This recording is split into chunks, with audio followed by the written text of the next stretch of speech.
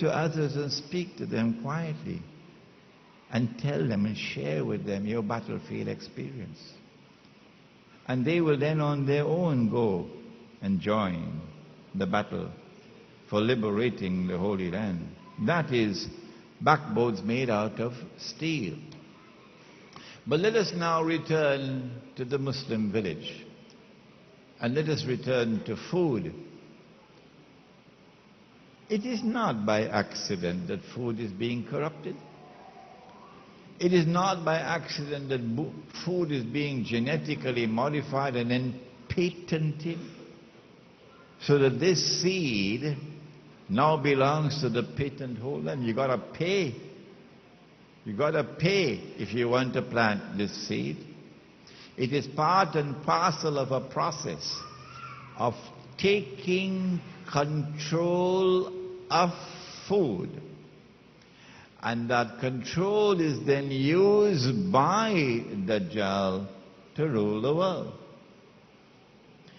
If we lose seeds as Allah created them, and the only seeds that now remain are the genetically modified seeds, then you're going to starve if you don't have the money to pay for the patent.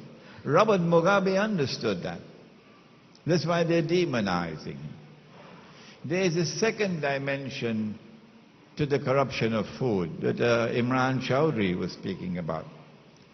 And that is that if you corrupt food, there can be disastrous consequences for your immune system.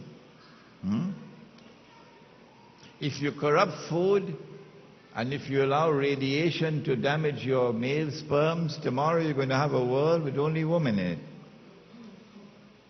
And the men are going to be less and less and less and less, until one man will have to maintain 50 women. But the Muslim village must be remotely located. The Muslim village must be small, not big. From the time you reach a certain size, build another village. A certain size, build another village. The multiplicity of villages in the remote countryside is the strategy with which to respond to Dajjal. The village must be established in accordance with the guidance of Islam, which has ordained that you must live as a unity community. You are ummatun wahida. We do not have the khilafah.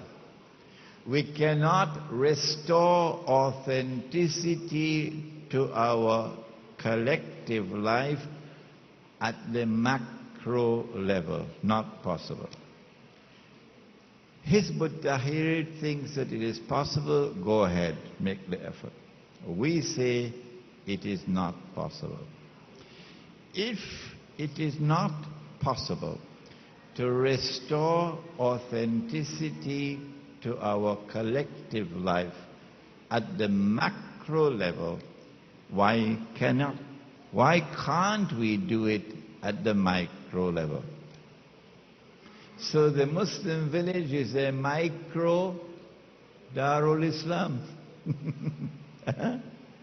And if it is a micro Darul Islam, it must be organized as one Jama'ah. It must have only one Amir. And there is a book there with that title, One Jama'ah, One Amir. So if we have a second Amir in this village, we're going to cut off his head. All right? There must only be one Jama'ah and only one Amir. There is no Islam without the Jama'ah. And therefore there is no Islam, no Jama'ah without as-sam'u wa ta'atu, listening and obeying. The whole Quran came down to Nabi Muhammad alayhi salatu wasalam through Jibreel alayhi salam. The whole thing. Except 2 verses, which were given to him when he traveled in the Isra and Mi'raj. They were revealed over there. And they're the last 2 verses of Surah Al-Baqarah. And in that passage, Allah says, آمن الرسول بما أنزل إليه من ربه والمؤمنون كل آمن بالله وملائكته وكتبه ورسله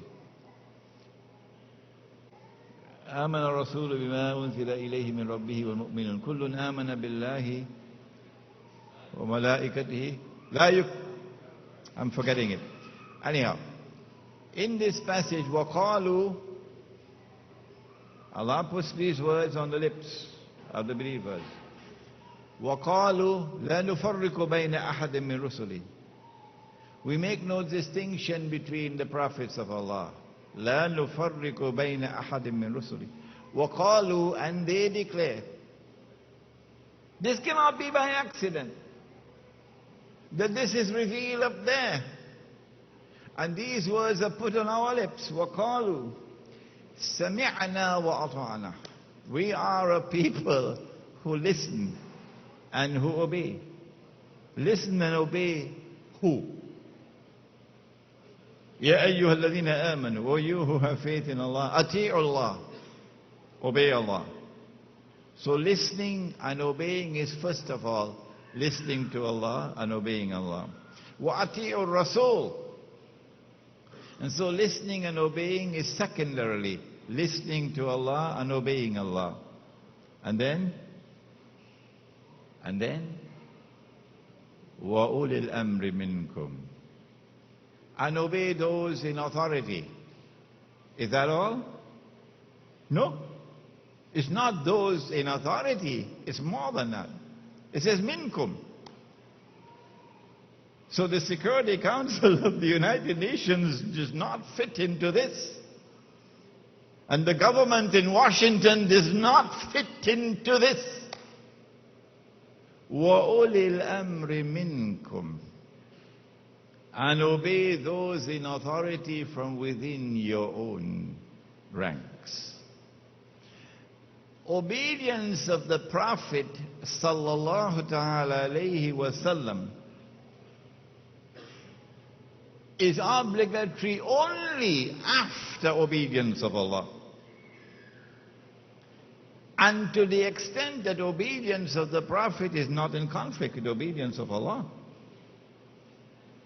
And then obedience of the Amir comes after and is subsequent to obedience of Allah and His Prophet. So where does the Security Council of the UN fit into this? And where does state authority and submitting to the US government fall into this? Obedience of your Amir comes first, before that.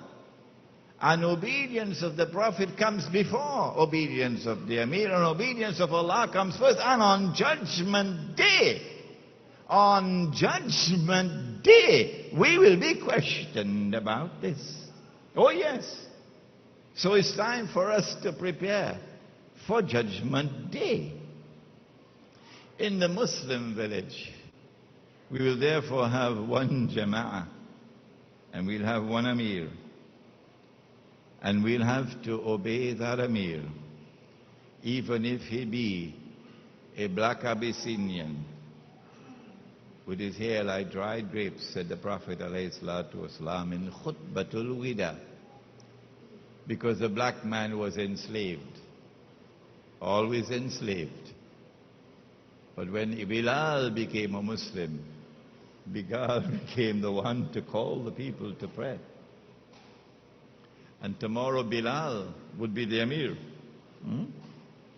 And when Bilal is the Amir, you must obey him. You must obey him. So when we have the Muslim village, it doesn't matter whether you are Pakistani, or whether you're Egyptian, or Saudi, or Trinidadian. Once you are the Amir, we must obey you.